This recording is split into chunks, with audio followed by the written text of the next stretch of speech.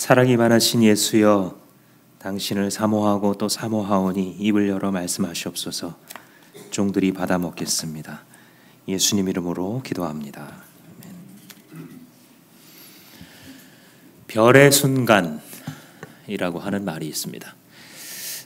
별 하나가 탄생할 때에 수많은 압력에 의해서 아무것도 없었던 것 같은 우주 공간에 번쩍임으로 그 탄생을 알리고 그 어두웠던 그 하늘을 비추는 그런 순간, 우리나라에서는 정치인이 사용해서 이제 대권을 잡았다 이런 문맥에서 사용해서 세간에 조금 알려졌지만, 사실은 그보다 먼저 전 세계에 알려진 것은 1927년에 이 역사 저술가인 슈테판 츠바이크라고 하는 분의 베스트셀러가 있습니다.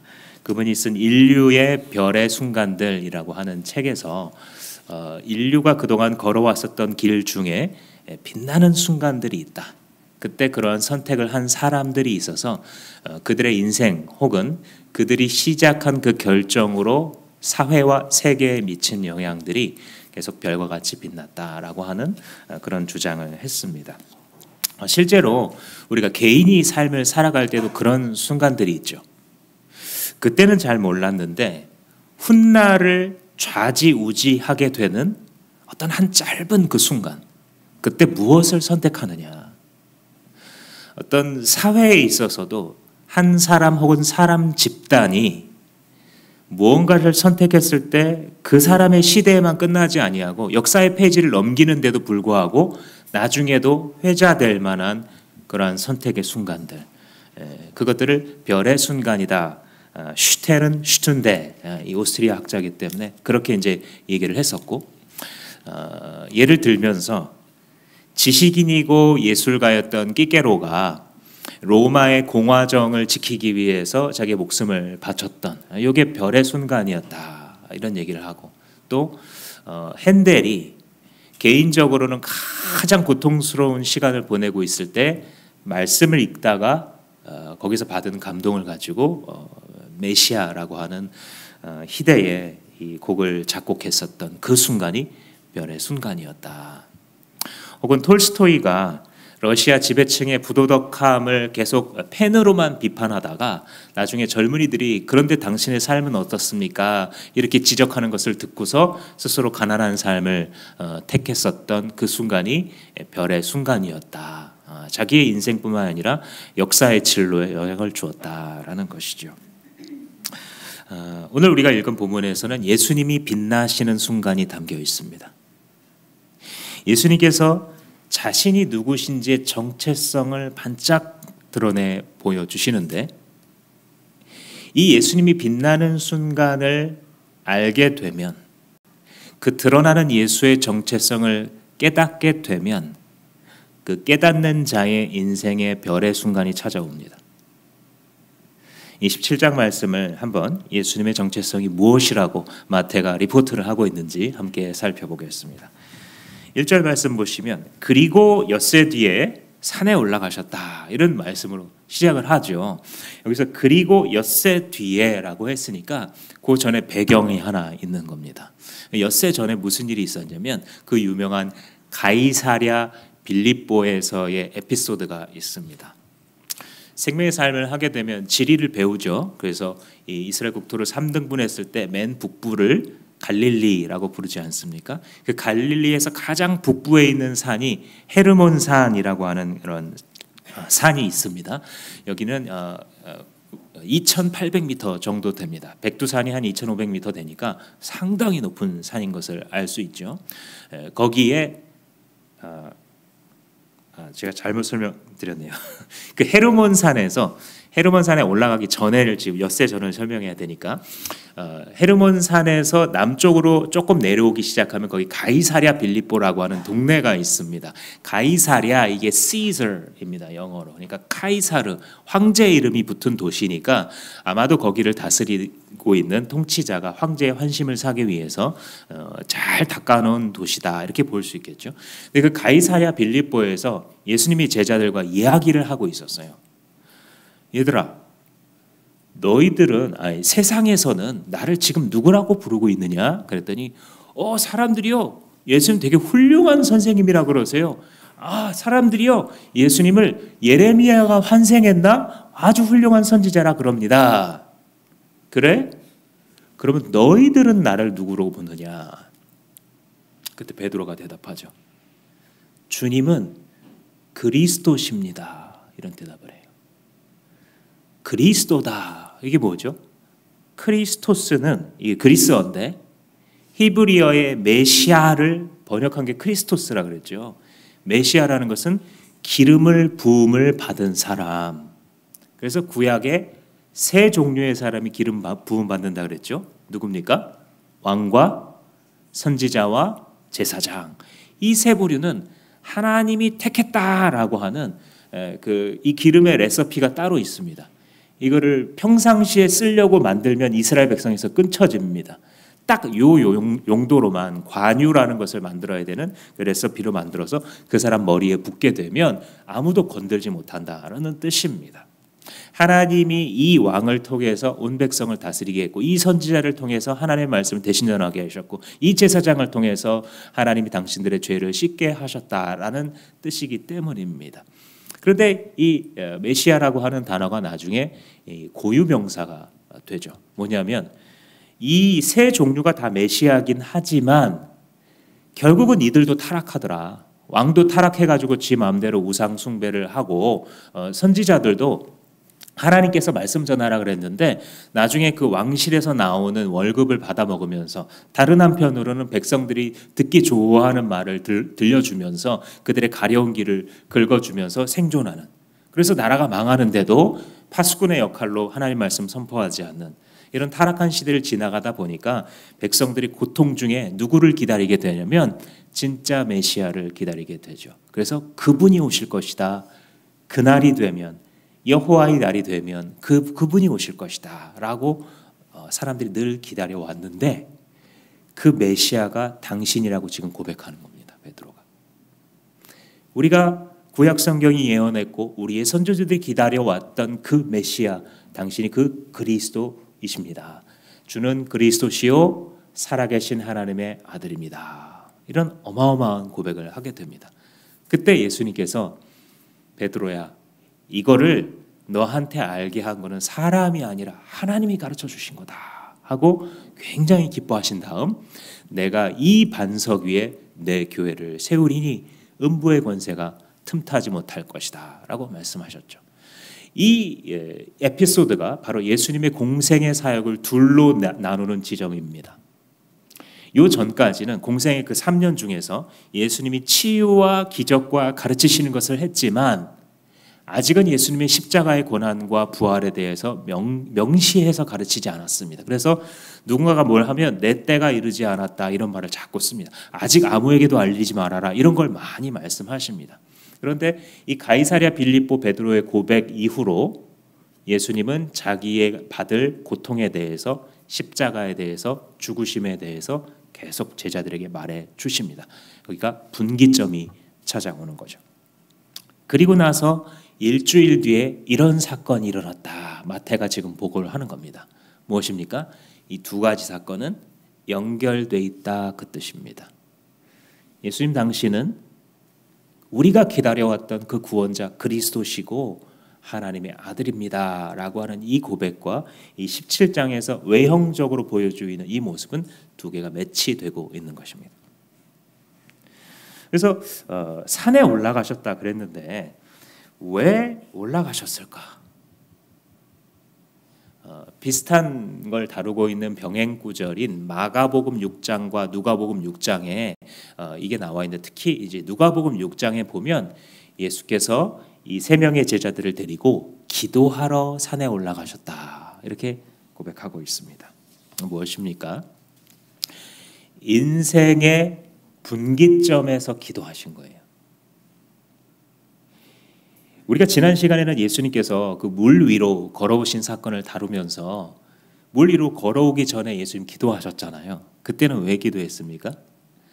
오병이어라고 하는 큰 성취를 이룬 다음에 기도하셨죠. 보통의 사람들은 시험 보기 전에 잘 봐야 되는데 하면서 기도하고, 그죠?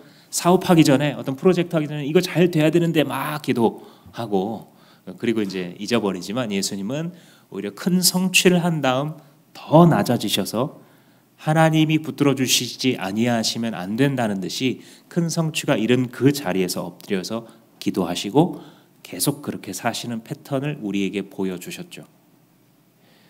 기실 예수님은 그럴 필요는 없습니다. 하나님의 뜻을 알고요. 능력도 스스로 가지고 계시기 때문에 그러나 우리에게 보여주시죠.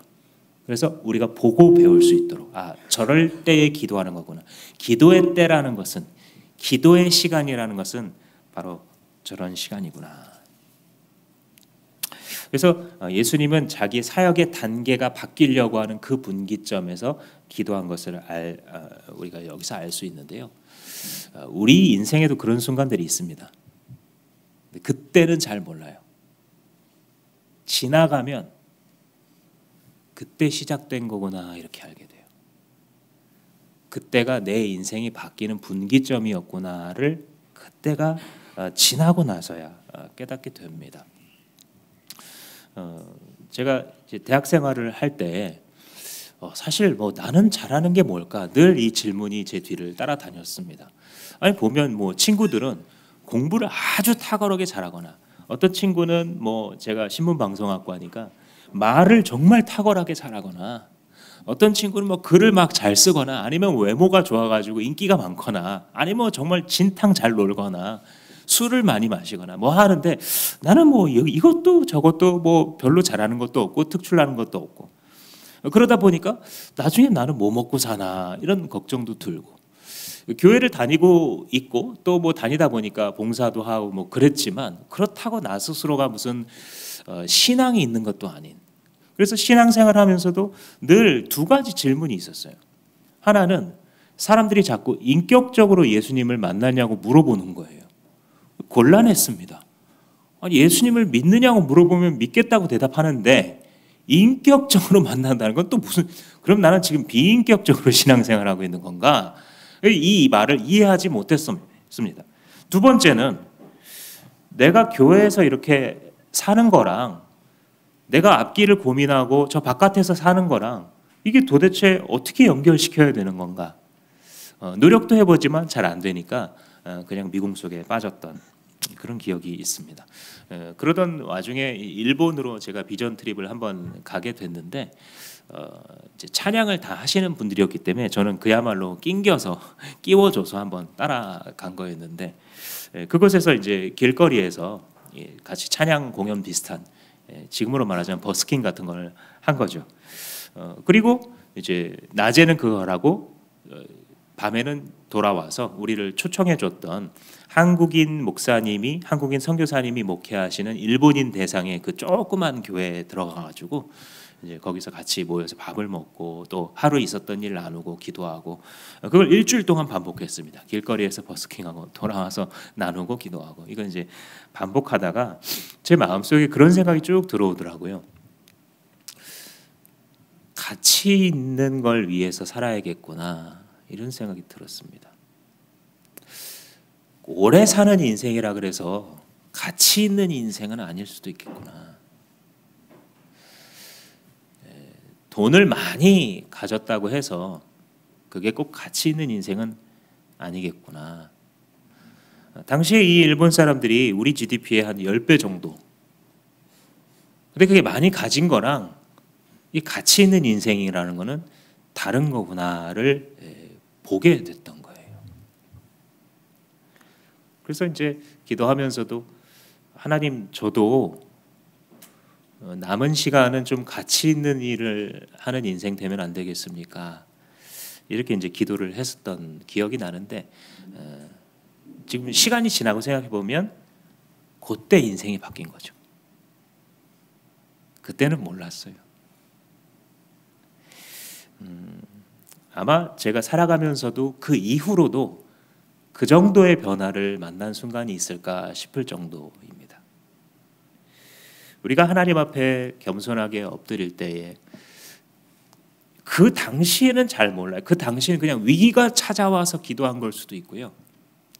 마음이 너무 갈급해서 우리 간증자가 말씀해 주신 것처럼 그래서 그냥 주님 앞에 좀 더 나오려고 했을 수도 있어요. 아니면 그냥 친구가 뭐 하도 얘기하니까 그냥 끌려 나와서 앉아 있을 수도 있습니다. 그런데 그때에 주님 곁에 있게 되면, 특별히 주님의 백성들이 함께 기도하는 자리에 가게 되면 그 순간부터 내 인생이 바뀌기 시작하는 별의 순간을 만나게 되는 거죠. 요한과 야고보와 이 베드로라고 하는 이 세 제자를 데리고 이렇게 예수님이 올라가셨잖아요. 그곳에서 이 제자들은 사실 잘 몰랐어요. 베드로와 야고보와 요한이 올라가서 이제 기도를 하고 있는데, 마태복음에는 없지만 마가복음을 읽어보면 이 제자들이 여전히 또 거기서 졸았을까요? 안 졸았을까요? 또 졸았어요. 예수님이 기도만 하면 같이 옆에서 졸고 있는, 이게 제자들이 자꾸 보여주는 모습이에요. 근데 예수님께서는 이런 사람들 데리고 별로 만드시잖아요. 그죠? 그러니까 우리가 지금 신앙생활하면서 나와 옆 사람의 미숙한 모습을 보고 그게 다라고 보시면 절대 안 됩니다. 예수님을 따라가고 어쨌든지 그 자리를 지키고 있는 사람은 예수님께서 그 사람의 삶을 밀고 가십니다. 2절 말씀해 보시면 제자들과 이제 함께 기도하고 있는데 무슨 일이 벌어지고 있는 거예요. 그들이 보는 앞에서 그의 모습이 변했는데 그의 얼굴이 해와 같이 빛나고 옷은 빛과 같이 빛나게 되었다. 그리고 모세와 엘리야가 그들에게 나타나서 말을 나누었다. 모세와 엘리야는 언제 사람입니까? 예수님 오시기 몇백 년 혹은 1500년 전 사람이잖아요. 근데 여기서 나타나서 예수님과 대화했다니, 아니 이게 지금 제자들이 예수님하고 기도하러 올라가서 졸았다 그러더니 뭐 이렇게 지금 비몽사몽간에 헛것을 본 건가 싶기도 하고요. 도대체 이 사람들 죽었는데 이 지금 환영을 본 건지 아니면 나타난 건지, 이게 도대체 뭐냐 궁금할 수 있죠. 이 모세와 엘리야는 관문을 통과해서 하나님과 함께 있는 겁니다. 단순히 그거예요. 우리가 생명의 삶에서 계속 반복해서 배우죠. 우리의 인생은 죽음으로 끝나는 것이 아니라 그것이 관문이다. 어머니 뱃속에 있었던 그 삶이 전부인 줄 알았겠지만 그 태아는 그 관문을 통과하게 되면 전혀 다른 양태의 삶을 살아가는데 상상할 수도 없는 삶이 펼쳐지는 것처럼, 죽음이라는 것은 우리가 장소를 이동해서 주님의 품에 안겨서 함께 살아가는 건데, 모세와 엘리야가 죽었잖아요. 관문을 통과해서 주님 품에서 살고 있는 거예요. 예수님의 비유 중에 누가 죽어서 아브라함의 품에 안겼다 이렇게 비유를 하시잖아요. 그게 뭐냐면 죽는 순간 아버지의 품에 있는 거예요. 역사적으로 기독교가, 특별히 이제 중세 가톨릭이 연옥이라는 개념을 만들었잖아요. 그래서 죽으면 잠깐 연옥이라는 데 들어가 있는다. 그래서 그의 공덕이 부족하면 가족들이 좀 기도를 많이 해주거나 아니면 헌금을 좀 하면 연옥에 있었던 사람들이 천국으로 올라가니까 알아서 잘해라. 이런. 그렇지 않죠. 성경에 그런 근거는 없습니다. 죽는 순간 예수님 말씀대로 아브라함의 품으로 상징되는 하나님 나라에 들어가는 겁니다. 아브라함의 품이라고 상징하는 이유는 그가 믿음의 조상이기 때문에 그런 겁니다. 하나님 품에 안겨 있었던 거예요, 모세와 엘리야가. 그런데 하나님이 얘들아 저기 갔다 와 하고 보내시면 가는 겁니다. 영원한 생명을 가지고 있으니까. 오실 메시아를 믿고 죽으신 분들이잖아요. 그래서 그 자리에 나타나서 예수님과 대화를 하는데, 왜 하필 모세와 엘리야냐? 이들이 대표적인 선지자예요, 구약 성경에서. 대표적으로 성경에서 가장 많은 능력을 베풀었던 두 선지자. 다른 측면으로 보자면 모세는 그 모세오경으로 불려지는 이 율법의 선지자, 그죠? 엘리야는 이 왕정 시대에서 활동했던 능력의 선지자의 이 대표입니다. 또 다른 식으로 보자면 모세는 기록을 남긴 기록 선지자의 대표, 엘리야는 기록을 남기지 않은 기록이 없는 선지자의 대표로 볼 수도 있습니다.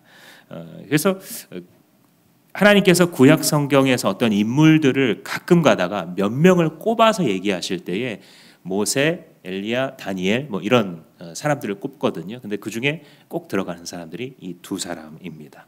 한마디로 구약 백성들의 거룩한 하나님의 사람들의 대표구나라는 것을 알 수 있습니다. 이렇게 생각을 해보면 높은 산에 왜 올라가셨는지 그 이유를 우리가 짐작할 수 있게 됩니다.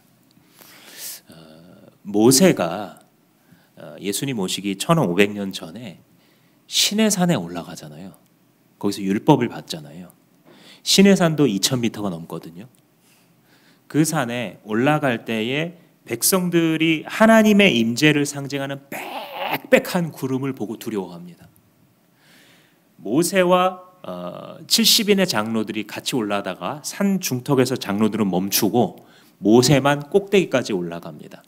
40일 동안 먹지도 마시지도 않고, 그러니까 초자연적인 역사죠. 이미 하나님의 말씀을 받아가지고 이렇게 내려오게 되죠. 왜 산 꼭대기냐 생각을 해보면 그 원시라고 부를 수 있을까요? 고대인들의 삶에 있어서 하나님의 거소는 하늘이에요. 하나님께서 그 사람들의 지적 수준에 맞게 설명하시는 거예요. 하늘에 계신 하나님, 그죠? 그래서 하늘과 거의 맞닿은 것처럼 보이는 게 뭐냐면 산 꼭대기, 높은 산이에요. 거기까지 올라가서 십계명 두 돌판을 받아 가지고 왔어요. 그래서 십계명과 율법으로 백성들에게 나누는데 그게 구약 백성들의 삶을 규정합니다. 그래서 모세는 하늘로부터 우리의 삶을 규정하시는 하나님의 말씀을 가져다 준 그런 존재입니다. 예수님이 지금 여기서 높은 산에 올라가시죠. 제2의 모세로서 그려지고 있다. 이렇게 보는 겁니다. 그러니까 예수님도 똑같이 뭐예요? 이제부터는 지금까지는 모세가 가지고 내려온 말씀에 의해서 하나님 백성들의 삶이 규정되었지만 지금부터는 제2의 모세가 되시는 예수님이 주시는 법을 통해 하나님 백성들의 삶이 규정된다라는 겁니다. 예수께서 가르치시는 그 법을 따라서 이제 사람들은 자기의 삶을 꾸려가야 되는 것입니다. 오늘 본문 5절 말씀에 보면 하늘에서 나중에 음성이 들리죠. 이는 내 사랑하는 아들이고 나는 그를 좋아한다. 너희는 그의 말을 들어라. 이렇게 말씀했는데 이것도 명백하게 신명기 18장 말씀을 인용한 거예요. 거기서 뭐라고 되어 있냐면 나와 같은 선지자 하나를 일으키시리니 너희는 그의 말을 들어라. 이렇게 하고 모세가 갔어요. 나는 가나안 땅에 못 들어가. 그런데 나 같은 선지자를 일으키실 텐데 그의 말을 들어. 그러면 살 거야. 안 들으면 죽는다는 거예요. 사람들은 어떻게 생각했냐면 선지자가 일어날 때마다 그 선지자의 말을 들으라고 하신 거구나 이렇게 받아들였어요. 그런데 아까 말씀드린 것처럼 다수의 선지자들은 결국 타락했거든요. 하나님의 말씀보다는 자기의 생계를 위해서 혹은 왕에게 미움 사지 않기 위해서 설교를 했어요. 사람들이 듣고 싶어하는 그 귀를 긁어주는 그 설교를 잘 전달하려는 노력을 많이 했습니다. 그 결과 주님의 뜻과는 전혀 상관없는 것을 하고 백성들을 그쪽으로 이끌어갔죠. 그런데 그런 시대를 지내면서 사람들은 참 선지자를 기다려왔는데 결국 오신 거예요. 그게 바로 예수 그리스도인 것입니다. 모세가 나와 같은 선지자를 일으키실 텐데 그의 말을 듣지 않으면 너희가 살 수 없는 그분이 바로 누구시냐? 바로 예수 그리스도다라는 것입니다. 그러니까 우리는 오늘 이 구약의 백성들이 살아왔던 삶보다 훨씬 높은 봉우리에 서 있는 혜택을 입은 자들이에요. 이게 다 보여요. 그죠? 모세가 가지고 내려온 법에 의해서 구약 백성들의 삶을 규정했구나. 그러나 이제 예수께서 오셔서 새로운 시대를 여시고 이제 예수께서 베푸시는 이 법, 새 계명을 따라서 우리의 삶을 규정해야 되는 거구나. 그래서 사랑하는 여러분, 첫 번째 우리가 이 말씀에서 가지고 가셔야 될 건 뭐냐면 내 삶은 예수님으로 규정되어야 되는 거구나. 모세가 아니고요. 더 이상. 다른 무엇이 아니고요. 예수로 내 삶의 각 부분들이 규정될 때까지 내 인생의 별의 순간이라는 것은 없겠구나라는 것을 알 수 있는 겁니다.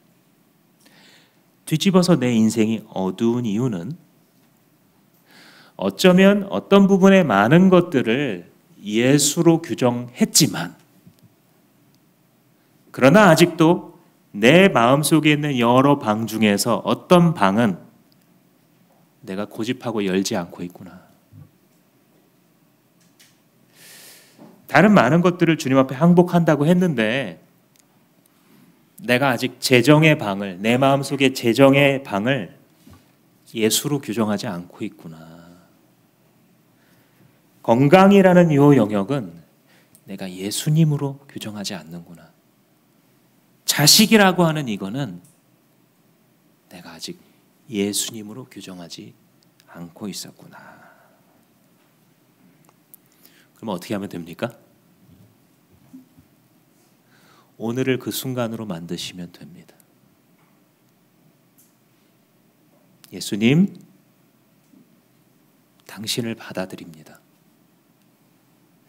내 삶의 가장 높은 자리에 올라 앉으세요. 그리고 당신의 말씀대로 내 삶이 규정되어지도록 주님이 역사해 주시기를 사모합니다. 그러면 돼요. 그러면 그 다음부터 걱정하지 말고 그냥 살아가십시오. 예수께 향하여 내 귀와 내 눈을 열고 그분을 향하여서 살아가게 될 때 빛나시는 예수께서 우리의 삶에 계속 드러나게 되는 것입니다. 그래서 예수가 이런 면에서 보시면 마태복음 17장은 예수님을 또 다른 모세로 그리고 있는, 제2의 모세로 그리고 있는 모세 같으신 예수님의 모습을 보여줘요. 하나님 백성의 삶을 규정하는. 근데 또 한 가지 우리가 살펴볼 것은 모세 같지 않은 예수님의 모습이에요. 2절 말씀으로 다시 한번 가보시면 예수님의 모습이 변하셔서 그 얼굴이 해같이 빛나고 옷이 빛이 비치는 것 같은 이런 모습. 이걸 보면 역시 또 모세가 생각날 수밖에 없습니다. 그렇죠? 출애굽기에 돌아가면 시내산에 올라가서 하나님과 대화하고 내려왔을 때 모세의 얼굴빛이 어땠어요? 빛이 났어요. 광채가 나가지고 사람들이 그걸 보고 되게 두려워합니다. 40일 동안 먹지도 마시지도 않으니까 창백해진 거 아닙니까? 그래서 하얗게 보인 거 아닙니까? 올라갔는데 자외선도 구름으로 다 차단돼 있고 그리고 이렇게 촉촉한 수분 구름 기운이 있으니까 그러고 나서 이제 왔더니 피부 관리가 잘 돼가지고 사람들이 봤을 때 하얀 거 아닙니까? 뭐 이런저런 생각해 볼 수 있는데 그 정도였다면, 그냥 피부가 하얗고 좋아진 정도였다면 사람들이 보고 두려워하진 않았겠죠. 그죠? 비결을 물어봤겠죠. 그거 좀 나도 합시다. 어떻게 이렇게 하얘지는지. 근데 그게 아니고 사람들은 피했어요, 모세를. 그래서 모세가 대화를 해야 되는데 자꾸 자기를 피하니까 얼굴을 천으로 가렸어요. 그리고 대화했습니다. 그 정도로 두려운 거예요. 하나님의 영광이 묻은 거예요, 지금 이게. 우리가 뭐 시커먼 거를 만지다가 잘못 손을 이렇게 얼굴에 대면 얼굴이 시커먼 게 딱 묻잖아요. 하나님의 영광이 묻어온 거예요. 하나님과 사귀는 자리는 그런 겁니다. 여러분, 확신의 삶에서 그 경건의 삶이라는 것을 계속 연습하거든요. 근데 일부러 매우 단순하고 어린이처럼 합니다. 우리 교회에서는 이걸 하는 방법 이런 거 안 배우고요. 하나님과 관계성 세우는 시간, 하나님과 사귀세요. 매일 같은 시간에 이것만 연습합니다. 7주 동안. 그 이유가 뭐냐면요, 설명할 수 없는데 묻어나요. 아시겠어요? 이게 묻어나는 거예요. 하나님과 사귀면 하나님의 사람으로서 묻어나게 되는 거예요. 그래서 모세가 그게 묻어났을 때 참 이게 너무 놀라운 일이다라고 성경이 고백을 했는데, 예수님도 비슷하게 얼굴에서 빛이 나기는 나는데 차이점이 있어요. 예수의 얼굴빛을 묘사할 때는요, 그게 묻어온 게 아니에요.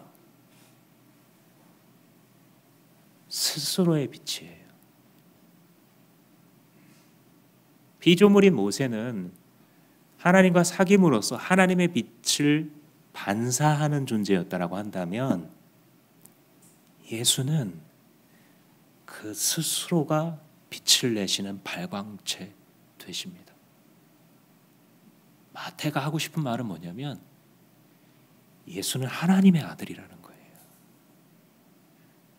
사람들이 이걸 모르고 있었다는 거예요. 그냥 평범한 조금 티칭 잘하는 감동적 설교를 하는 그 정도로 봤는데 알고 보니까 예수가 하나님이시라는 거예요. 거룩하신 하늘의 성부 하나님처럼 이 평범한 목소리로 보였던 예수가 성자 하나님이었다는 말을 하는 거예요. 지금 마태는. 그걸 우리 눈으로 봤다.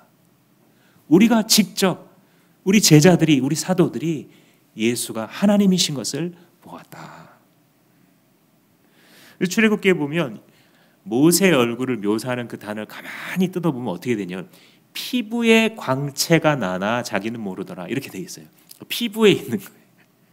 예수님은 그게 아니고요.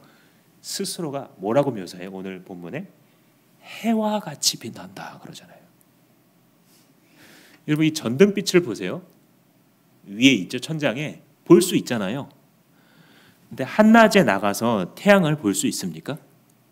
볼 수 없어요. 왜요? 너무 강해요. 억지로 눈을 고정하고 보면 어떻게 됩니까? 뭐 몇 초 안에 실명한다 그러잖아요. 너무 광량이 많으니까. 너무 빛이 세니까 눈이 멀어버리는 거거든요. 예수님은 전등빛이 아니라 반사체가 아니라 그 자신이 해가 되세요. 아니 태양보다도 더 밝게 빛난다고 성경이 다른 곳에 그래서 해와 달이 쓸데없다 그러잖아요. 천국에 갔을 때. 하나님과 그의 어린 양 예수가 빛이 되심이라 이렇게 말해요.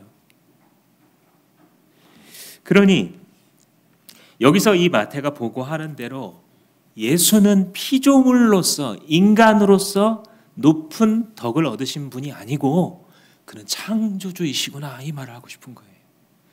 예수는 하나님이시며 우리의 경배를 받기에 합당하신 창조주가 되시는 겁니다. 당시의 사람들은 그렇게 안 봤어도 당시의 사람들은 그렇게 볼 수가 없었던 게 예수님이 너무 구린 동네 출신이에요. 아니 좀 애들 놀이터도 잘 갖춰져 있는 그런 좋은 동네, 그죠? 술 먹고 돌아다니고 담배 피는 청소년도 없는 좀 그런 깔끔한 동네 출신이든지 가방끈도 짧아요. 이 양반은. 학교를 다녔다는 기록이 없어요. 사도 바울처럼 뭐 누구 스라에서 사나에서 공부를 했고 이런 것도 없는 분.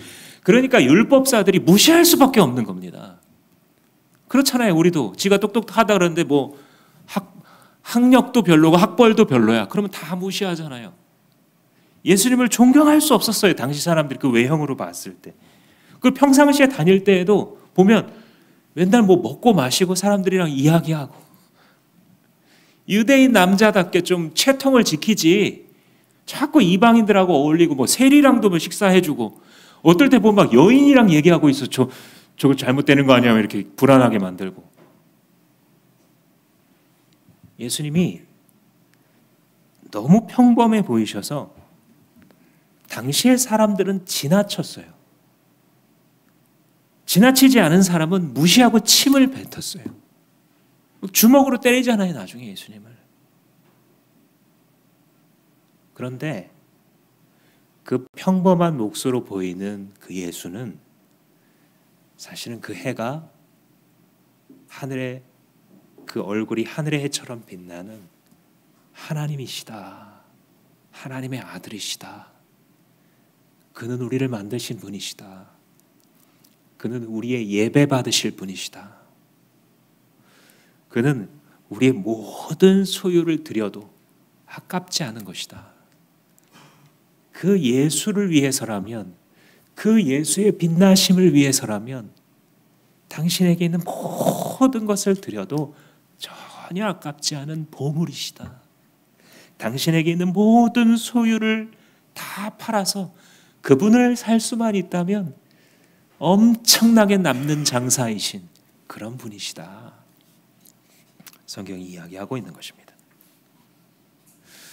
모세도 사실은 훌륭했죠. 훌륭한 하나님의 종이었지만 한계가 되게 분명한 게요. 자기가 어디로 가는지 몰라요. 모세는. 순종하면서 하나님이 다 인도해 주신 건 사실이지만 사실 자기는 모릅니다. 그리고요, 또 한 가지는 자기가 인도한다고 하는 사람들을 보장할 수 없어요. 모세는. 그런데 예수님은 자기가 어디로 가시는지 정확히 아세요. 정확히 아시고 자기가 데리고 가는 사람들을 보장해 주시는 분이에요. 우리의 삶을 보장할 의지와 능력이 있으신 분이에요. 이 둘 중에 하나만 빠져도 사기꾼과 무능력자가 될 터인데, 예수님은 우리를 사랑하고 우리의 삶을 보장하시며 우리의 삶을 사용하셔서 빛나는 예수 그리스도의 영광을 더욱 빛나게 하실, 그럼으로써 우리의 삶의 그 영혼의 가장 깊은 욕구와 갈증이 해소되고 성취되도록 하는 그 길을 예수님이 보장해 주시는 것입니다. 5절 말씀에 보시면 그 하늘의 음성이 이는 내가 사랑하는 아들이다, 내가 그를 좋아한다, 이런 말을 하잖아요. 5절 말씀에 그를 좋아한다라는 말을, 저는 이 세번역 성경이 이 번역이 되게 좋아요. 이전에 이제 그래 내가 기뻐하는 자다 뭐 이렇게 이제 번역을 했었거든요. 근데 좋아한다라는 말이 특히 한국인한테 되게 중요한 말이에요. 이 말이 한국인들은 약간 이 거리를 두고 또 엄한 부모님 밑에서 자라고 이러면요, 하나님이 나를 사랑하신다 이게 말할 때 이게 무슨 말인지 못 알아들어요. 제가 그랬습니다. 제가. 사랑하시겠지. 왜냐하면 사랑의 왕이시라 그러고 온 세상 위에서 십자가 지셨다니까 사랑하시겠지. 그런데 나를 좋아하실까? 내 삶을 이렇게 바라다 보면, 야, 너 아직도 그 모양 그 꼴이냐? 네가 예수 믿은 횟수가 몇 개인데 아직도 그 꼴이야? 나라도 그러겠는 거예요. 내가 하나님이라도 그럴 것 같은 거예요. 또야 또? 또 넘어졌어? 또 거기에 걸렸어? 또 그 유혹에 그냥 너를 넘겨줬어? 하나님이 내 삶을 보실 때 그러지 않을까? 그게 율법주의더라고요. 그게 뭐냐면요, 내 행위에 근거해서 신앙생활 하는 거, 이 사람 되게 힘들어요. 그런 신앙생활 되게 힘들어요. 나도 힘들고요, 옆에 있는 사람 다 힘들게 해요. 이런 사람 하면 이 사람이 예수 잘 믿으면 잘 믿을수록 다 힘들게 만들어요, 다른 사람을. 왜냐하면 그거 가지고 사람들 다 죽이거든요. 자기도 죽이고요, 주변 사람도 죽여요. 뭘로? 말로. 이런 신앙생활이 재미없고 힘든 이유는 마치 모래사장에 그 보트를 끈으로 묶어서 자기가 그냥 모래바다에서 끌고 가는 거랑 비슷해요. 뭐 조금 가는 거 같긴 간데 너무 무겁고 힘들고 잘 안 되는 거예요. 그래서 우리가 삶 공부를 통해서 계속 연습하는 가장 큰 핵심은 뭐냐면요, 행위가 아니라 은혜에 근거한 신앙생활을 돌이켜라 제발. 우리 조국 교회를 향해서 하고 싶은 말이기도 하죠. 이 은혜에 근거하게 되면요, 내가 뭘 좀 못하고 잘했다고 해가지고 막 이리저리 요동치지 않아요. 왜냐하면 나는 원래 죄인인 걸 알고 있어요. 그 죄인인 걸 하나님이 아세요. 나는 원래 심판받아 마땅한 존재예요. 거기서 출발하는 겁니다.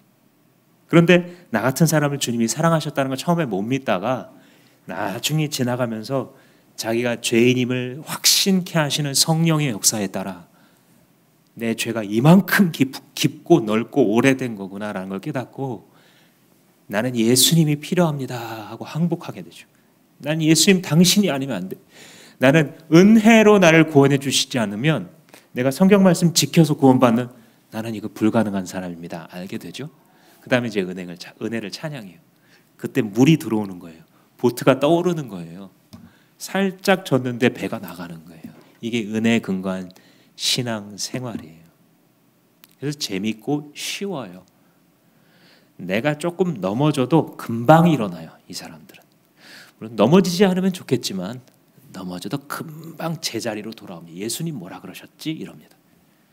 사람들도 다 이렇게 하잖아. 이게 행위에 근거한 신앙생활을 하면서 마음에 찔릴 때, 자기 합리화할 때 마음속에서 들리는 소리예요.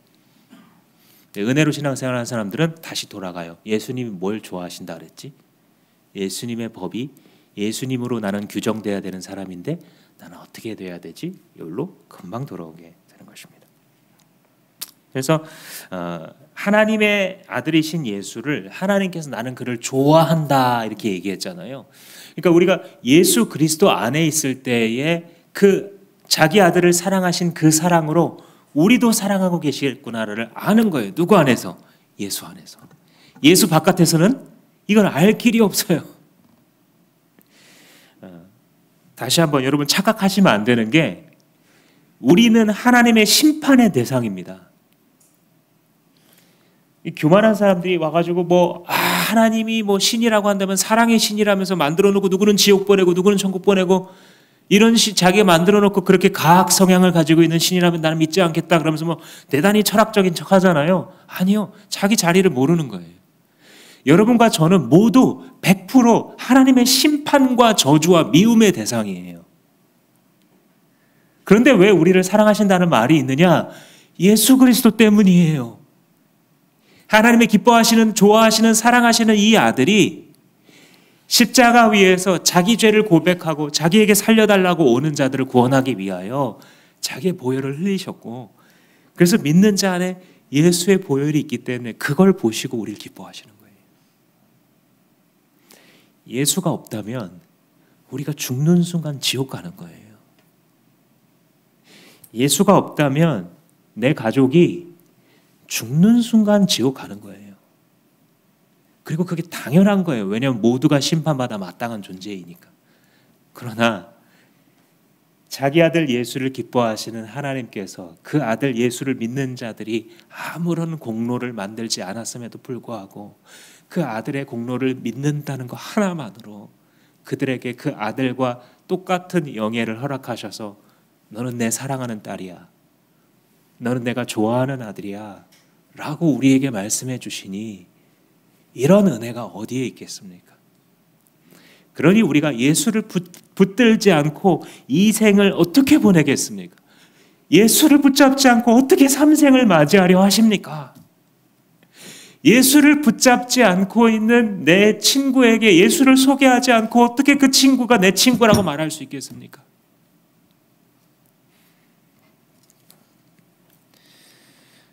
그러므로 사랑하는 여러분, 우리가 두 번째로 적용할 것은 나는 예수를 무엇으로 대하고 있는가, 이걸 결정하십시오. 마음속에서 애매한 자리에 있는 것이 아니라 예수님은 스스로를 태양으로 여기서 보여주고 계시는 거예요. 우리의 선택은 그가 내 삶에서 태양으로 빛나게 하실 것인지 아니면 강팍한 마음으로 그의 빛을 가리고 살아갈 것인지 내 힘으로 결정하십시오. 다른 때를 기다리지 마시고 주님의 말씀이 떨어질 때 그때가 별의 순간으로 넘어갈 수 있는 그 시간을 여러분 잊지 마시기를 바랍니다. 마지막으로 이 경외와 순종의 모습이 보여지게 되는데 4절 말씀해 보시면 베드로가 예수님한테 선생님이 여기 있는 것이 너무 좋은데 제가 3개의 텐트를 초막을 지어서 하나씩 드릴게요. 이런 말을 합니다. 마가복음에 보면 자기가 지금 너무 무서워서 무슨 말을 하는지도 모르고 이런 말을 했다 이렇게 기록하고 있어요.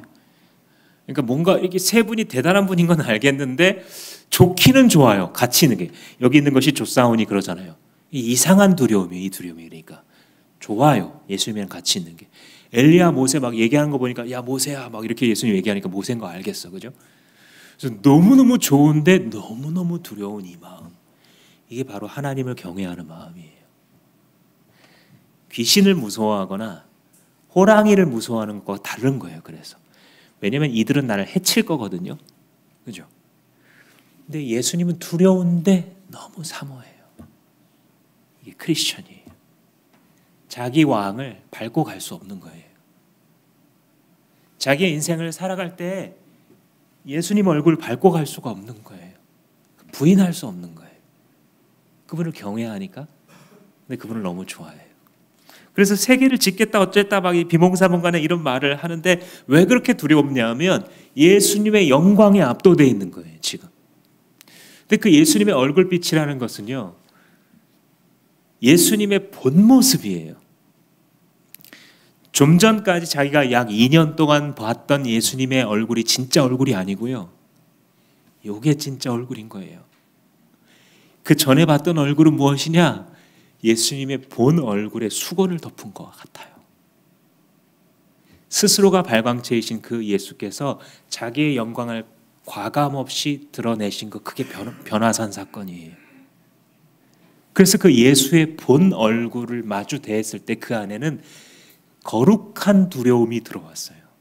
예수님을 너무 사모해서 같이 있고 싶고, 근데 그 예수님을 절대 무시할 수 없는, 잠언이 말하는 바 하나님에 대한 그 경건한 그 두려움, 하나님을 넘어갈 수 없는, 그것이 이 베드로 가운데 들어왔죠. 그리고 5절 6절 말씀에도 보면 이런 음성이 들려왔을 때 6절에 제자들의 이 말을 듣고 땅에 엎드렸다 그러잖아요. 몹시 두려웠다 그러잖아요. 이게 정상적인 반응이에요. 피조물이 하나님을 조우한 순간, 창조주를 조우한 순간 우리 안에 일어나는 일이에요. 이걸 뒤집어서 우리에게 적용해 보자면 뭐냐면요, 여러분, 하나님 두려우십니까? 내가 죄의 경계선에서 왔다 갔다 하고 있을 때 하나님 두려우십니까? 스스로에게 물어보세요. 두렵지 않다면 당신은 어쩌면 구원받지 못한 사람이에요. 교회는 나오겠지만 지옥 가실 겁니다. 위협하려고가 아니라 최소한 말은 해줘야 되는 책무로 여러분들한테 말씀드립니다. 내가 죄의 경계선을 왔다 갔다 하고 있는데, 불륜의 경계선을 왔다 갔다 하고 있는데, 남의 등골을 사기치는 걸 왔다 갔다 하고 있는데 하나님이 두렵지 않다면 당신은 지옥 갈 겁니다. 당신은 하나님의 자녀가 아닙니다. 당신은 예수의 얼굴빛을 만난 자가 아닙니다. 하나님의 사업이 망가지고 있는데 내 마음이 아무렇지도 않다, 점검해 보셔야 됩니다. 예수께서 말씀하시는데 그 말씀에 순종할 마음이 들지 않는다, 점검해 보셔야 됩니다. 경건한 두려움이라고 하는 것은 예수의 본 얼굴을 본 사람이고, 자기의 구원받고자 택정한 백성에게 보여주시는 예수의 본 얼굴을 본 자들은 그 발 앞에 엎드릴 수밖에 없습니다. 베드로가 배 안에서 주여 나를 떠나소서 말했고, 이 세 제자가 변화산에서 예수 앞에 꿇어 엎드려서 벌벌 떨었던 것과 마찬가지입니다. 예수께서는 내재성을 가지셔서 우리와 함께 오셔서 우리와 함께 먹으시고 우리처럼 우시고 피곤하시기도 하셨지만, 예수는 초월성을 가지셨기 때문에 우리의 경배를 받으시기에 합당하고, 그가 자기의 자유를 사용하시기 시작하면 자연을 넘어서고 자연에게 명령하고 모든 영적 존재들을 순종하게 만드는 호령하시는 왕이 바로 우리 주 예수 그리스도, 빛나는 우리의 왕이신 것입니다. 그럴 때 예수님께서 하시는 말씀 마지막으로 봅니다. 7절 말씀입니다. 7절 말씀 함께 읽겠습니다. 시작. 예수께서 가까이 오셔서 그들에게 손을 대시고 말씀하셨다. 일어나거라, 두려워하지 말아라. 부드러운 음성으로 이렇게 말씀하시는 분이 여러분들이 따르려고 하는 예수님입니다. 예수님을 합당한 마음으로 경외하고 존중할 줄 아는, 당시의 모든 사람들이 그를 무시하고 멸시했어도 예수의 제자만큼은 그의 본 얼굴을 알기에 그 발 앞에 엎드려 왕이여 호령하시옵소서, 내 속에 있는 모든 것들아 다 그를 순종하여라 라고 말할 수밖에 없는 그런 하나님의 백성들로 여러분들을 부르셨고, 일어나라, 두려워하지 말고 나랑 같이 가자, 예수님께서 말씀해 주고 계십니다. 사랑하는 여러분, 신앙생활이라는 것은 예수의 영광과 동행하는 것입니다. 한편으로는 그것을 두려워하면서 다른 한편으로는 그걸 너무나 사모하여 이 예수님이 눈에 보이지 않는 세상 속에서 어떻게 예수가 빛나시게 할까, 이 생각하면서 살아가는 겁니다. 당시의 사람들이 눈으로 볼 수 없었던 그 예수 그리스도, 지금 우리와 함께하고 있는 사람들도 절대 볼 수 없는 그 예수 그리스도. 예수 그러면 뭐 자기가 뭐 좀 안다고 막 인터넷에다가 막 욕이나 할 수 있는, 그렇게 무시받고 침뱉음 받을 만한 예수가 아니라, 그 예수 그리스도가 사람들은 볼 수 없지만 하나님의 아들로서 영광 받으실 때까지 주님, 내가 그렇게 살아가겠습니다. 당신의 얼굴은 해와 같고 당신의 눈은 불꽃 같으며 입에서는 좌우에 날이선 검이 나오는 것과 같고 그 하시는 음성은 많은 물소리가 폭포수처럼 떨어지는, 한 손으로 모든 교회를 붙잡고 계시고 다른 손으로 심판의 칼을 들고 계신 그 주 예수 앞에 주님, 내가 경배하며 내가 당신만을 사랑하며 세상을 사랑했던 나의 삶을 버리고 주님을 사랑하여 나아가겠습니다. 이렇게 외쳐야 되지 않겠습니까? 여러분, 여러분들의 삶을 통해서 예수를 빛나게 하십시오. 빛나시는 예수가 빛나지 않고 있는 어둠의 세상 가운데 그의 본 얼굴이 여러분들의 주변 사람들에게 비춰져 그들에게도 보여질 수 있도록 그렇게 살게 해달라고 주님 앞에 결단하시기 바랍니다. 기도하시겠습니다. 지난 4년 동안도 이 교회를 세우시고 붙드신 분은 당신이심을 고백합니다. 교회의 주인 되신 주 예수여, 당신을 너무너무 사모하오니 우리와 함께 하시옵소서. 당신이 약속하신 대로 우리의 손을 꼭 붙잡고 가셔서 하나님, 우리 교회와 우리 교회에는 한 지체 한 지체 단 한 영혼도 이뤄지지 아니하고 하나님 나라에게 임하게 하여 주옵소서. 이 교회를 세우실 때에 경기 남부권에 주 예수의 복음을 선명하게 퍼뜨리라는 하나님 사명을 우리에게 허락하여 주셨사오니 하나님, 우리 인생이 뭐가 있겠습니까? 이것을 가지고 주님 하고 싶으신 그 일, 그 주 예수를 어디서나 빛나시게 하는 그 시간들로 드릴 수 있다면 하나님, 그것이 몇 년이어도 괜찮습니다.